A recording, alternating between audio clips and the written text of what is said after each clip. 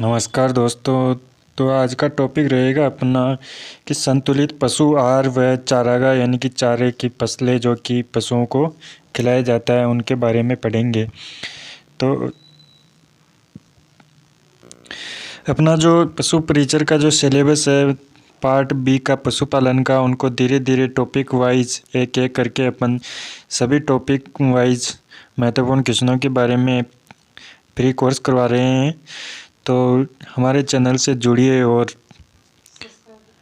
Subscribe करें।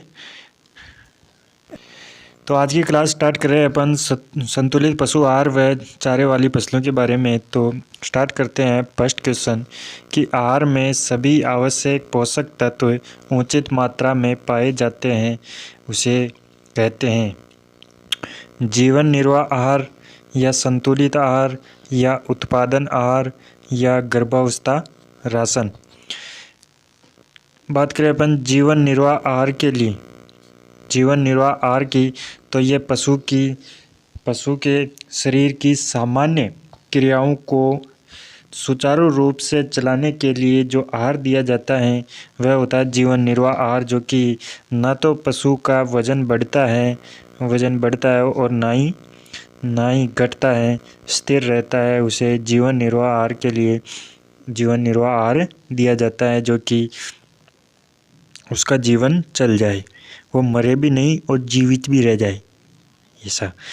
बात करें अपन उत्पादन राशन की, जो कि उत्पादन राशन जो दिया जाता है जैसे कि दूध उत्पादन हुआ, मांस उत्पादन हुआ या ऊन उत्पादन हुआ आदि के लिए जो आहार दिया जाता है उसे उत्पादन राशन कहा जाता है। जबकि आहार में सभी आवश्यक पोषक तत्व उचित मात्रा में पाए जाते हों उस राशन को संतुलित आहार कहते हैं। तो इसका राइट आंसर होगा अपना बी आंसर। बढ़ते हैं नेक्स्ट क्वेश्चन की ओर। जानवरों को कुल शुष्क पदार्थ का सूखा चारा कितना भाग खिलाया जाता है? 2/3 भाग, 1/3 भाग या 3/4 भाग या 1/4 भाग। बात करें अपन शुष्क पदार्थ की, जो शुष्क पदार्थ होता है वह 2 भागों में बटा गया है। एक तो होता है 2/3 जो कि पशु को चारा खिलाया जाता है, और जो 1/3 होता है वह दाना खिलाया जाता है। जबकि चारे में बात करें तो सूखा चारा कितना खिलाया जाता है और गीला चारा कितना खिलाया जाता है। जबकि 2/3 जो भाग है वह सूखा चारा खिलाया जाता है और 1/3 भाग गीला चारा खिलाया जाता है। तो पूछा गया है कि जानवरों को कुल शुष्क पदार्थ का सूखा चारा कितना भाग खिलाया जाता है। तो सूखा जो चारा है वह 2/3 भाग खिलाया जाता है, यानी कि 2/3 ये आंसर सही होगा। जबकि 1/3 जो भाग है वह दाना खिलाया जाता है या गीला चारा खिलाया जाता है। बात करें अपन 3/4 भाग की, जो कि यदि चारा जो है गीला हो और दलहनी हो तो कुल चारे का जो 3/4 भाग है वह सूखा चारा खिलाया जाता है। जबकि 1/4 भाग जो है चारा दलहनी हो और गीला हो तो वह 1/4 भाग खिलाया जाता है। तो इसका राइट आंसर तो होगा अपना ए आंसर। बढ़ते हैं नेक्स्ट क्वेश्चन की ओर कि 100 किलो बॉडी वेट यानी किलो भार वाली गाय को शुष्क पदार्थ की आवश्यकता होती है 2 से 2.5 किलो, 2.5 से 3 किलो या 3 से 3.5 किलो या 4 से 4.5 किलो। बात करें अपन 2.5 से 3 किलो या 3 किलो की बात कर लेते हैं। तो जो भैंस का जो बॉडी वेट होता है 100 किलो, उसको 3 किलो शुष्क पदार्थ की आवश्यकता होती है। जबकि 100 केजी भार वाली गाय को शुष्क पदार्थ की मात्रा दी जाती है वह 2 से 2.5 किलो, यानी कि 2.5 किलो आहार की आवश्यकता होती है। तो इसका राइट आंसर होगा अपना ए आंसर। बढ़ते हैं नेक्स्ट क्वेश्चन की ओर कि भैंस को 1 किलो दाना कितने लीटर दूध उत्पादन पर दिया जाता है? 2 से 2.5 किलो, 2.5 से 3 किलो या 3 से 3.5 किलो या 4 से 4.5 किलो। एक भैंस जो कि 1 किलो दाना कब दिया जाता है? जो कि गाय को जो है 2.5 से 3 लीटर या जो 3 लीटर दूध उत्पादन करती है गाय को 1 केजी दाना दिया जाता है, जबकि भैंस को 1 किलो दाना 2 से 2.5 किलो या 2.5 लीटर दूध जो उत्पादन करती है तब भैंस को 1 किलो दाना दिया जाता है। तो इसका राइट आंसर होगा अपना ए आंसर। बढ़ते हैं नेक्स्ट क्वेश्चन की ओर कि सूची फर्स्ट को सूची सेकेंड से सुमेलित करें। चारे में क्रूड फाइबर की मात्रा 60%, या चारे में कुल पाचक पोषक तत्व, दाने में क्रूड फाइबर, दाने में कुल पाचक पोषक तत्व को सुमेलित करना है। अपने को फर्स्ट को सेकेंड सूची से सुमेलित करना है। चारे में क्रूड फाइबर, चारे में क्रूड फाइबर की जो मात्रा होती है वह होती है 18% से अधिक, यानी कि फर्स्ट में आएगा 4 आंसर, फर्स्ट में 4 आ जाएगा। क्योंकि चारे में कुल पाचक पोषक तत्व, कुल पाचक पोषक तत्व यानी कि TDN टोटल डाइजेस्टिबल न्यूट्रिएंट की मात्रा जो होती है वह होती है 60% से कम। चारे में 60% से कम यानी कि 3। फिर देखते हैं दाने में क्रूड फाइबर, दाने में जो क्रूड फाइबर की मात्रा होती है वह होती है 18% से कम यानी कि 2। और दाने में कुल पाचक पोषक तत्व यानी कि TDN की मात्रा जो होती है वह होती है 60% से अधिक यानी कि 1 आंसर। तो अपन देख लेते हैं ऑप्शन में कि 4 3 2 1, 4 3 2 1, तो थर्ड आंसर होगा अपना राइट आंसर। बढ़ते हैं नेक्स्ट क्वेश्चन की ओर।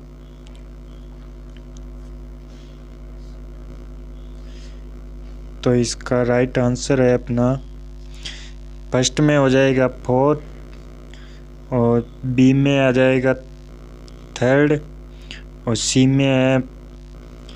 में आ जाएगा अपना 2 और डी में आ जाएगा 4th। डी में अपना हो गया फर्स्ट, तो इसका राइट आंसर हो गया सी आंसर। बढ़ते हैं नेक्स्ट क्वेश्चन की ओर कि साइलेज बनाने के लिए सर्वोत्तम फसल है बरसीम, बाजरा या मक्का या ज्वार। बरसीम की बात करें तो यह बरसीम जो है, बरसीम तो है बनाने के लिए उपयुक्त है, जबकि सर्वोत्तम, अगर सर्वोत्तम है बनानी है तो वह जई की बनती है। सर्वोत्तम है के लिए जो फसल है वह है जई की, जबकि सर्वोत्तम साइलेज के लिए, अगर साइलेज सर्वोत्तम बनाना है तो वह मक्का की फसल से सर्वोत्तम बनाया जा सकता है, जबकि साइलेज तो बाजरा की फसल से भी बनता है, ज्वार से भी बनता है, लेकिन अगर सर्वोत्तम की बात करें तो वह बनता है मक्का की फसल से सर्वोत्तम है बनाया जा सकता है। तो इसका राइट आंसर है अपना सी आंसर। बढ़ते हैं नेक्स्ट क्वेश्चन की ओर कि है में नमी की मात्रा होती है 60 से 70%, 30 से 40%, 12 से 15% या 85 से 90%। बात करें अपन 60 से 70% की, जो कि ये साइलेज में जो नमी की मात्रा होती है, साइलेज में नमी की मात्रा होती है 60 से 70%। तो जबकि बात करें अपन 30 से 40% की, जो कि साइलेज में शुष्क पदार्थ, साइलेज में शुष्क पदार्थ की जो मात्रा होती है वह 30 से 40% होती है, जबकि 85 से 90% की बात करें अपन दोस्तों तो ये है में जो शुष्क पदार्थ होता है, शुष्क पदार्थ जो होता है 85 से 90% होता है, जबकि 12 से 15% की जो मात्रा होती है वह है में नमी की मात्रा होती है। तो इसका राइट आंसर होगा अपना सी आंसर। बढ़ते हैं नेक्स्ट क्वेश्चन की ओर कि हाईलेज में नमी की मात्रा होती है 12 से 15%, 40 से 60%, 30 से 40% या 70 से 80%। जो कि हाईलेज जो है ये है वह है प्लस साइलेज, इन दोनों के गुण जो पाए जाते हैं वह हाईलेज में पाए जाते हैं, जबकि हाईलेज में नमी की जो मात्रा होती है वो होती है 40 से 60%, जो कि इसका राइट आंसर होगा दोस्तों बी आंसर। या 45 से 55% भी कह सकते हैं अपन। 45 से 55% या नॉर्मली 40 से 60% होती है। तो इसका राइट आंसर हो गया अपना बी आंसर। बढ़ते हैं नेक्स्ट क्वेश्चन की ओर कि अच्छी साइलेज का पीएच मान होता है 4.2 से 4.5, 4.8 से 5, या 3.5 से 4.2, या 5 से 5.5। जो अच्छी साइलेज होती है उसका जो पीएच मान होता है वह होता है 3.5 से 4.2 के बीच होता है। तो इसका राइट आंसर होगा अपना सी आंसर। बढ़ते हैं नेक्स्ट क्वेश्चन की ओर कि साइलेज में यूरिया एवं नमक क्रमशः मिलाया जाता है 1% यूरिया व 0.5% नमक, या 0.5% यूरिया 1% नमक, या 2% यूरिया 1% नमक, या 2% यूरिया व 3% नमक। जो साइलेज होता है उसमें यूरिया व नमक का जो अनुपात रखा जाता है वह रखा जाता है 1% व 0.5%, क्योंकि अपना राइट आंसर होगा अपना ए आंसर। जो 1% की मात्रा यूरिया की रखी जाती है और 0.5% की मात्रा नमक मिलाया जाता है साइलेज में। बढ़ते हैं नेक्स्ट क्वेश्चन की ओर कि फ्लाई एज इंडेक्स किसकी जांच के काम में लिया जाता है कि क्वालिटी चेक करने के लिए, साइलेज की क्वालिटी के लिए, या सॉइलेज की क्वालिटी के लिए, या हाईलेज की क्वालिटी के लिए। जो फ्लाई एज इंडेक्स है वह साइलेज की क्वालिटी चेक करने के लिए यूज किया जाता है। तो इसका राइट आंसर होगा अपना बी आंसर। जो फ्लाई एज इंडेक्स है वह साइलेज की क्वालिटी को चेक करने के लिए किया जाता है। बढ़ते हैं नेक्स्ट क्वेश्चन की ओर कि साइलेज बनाते समय घास व लेग्यूम का अनुपात होना चाहिए 2:1, 3:1, 4:1, या 10:1। जो साइलेज बनाते हैं उस समय घास व लेग्यूम का जो अनुपात रखते हैं वह रखते हैं 3:1, यानी कि 3 घास और 1 लेग्यूम 3:1 के रूप में रखा जाता है। तो इसका राइट आंसर होगा अपना बी आंसर।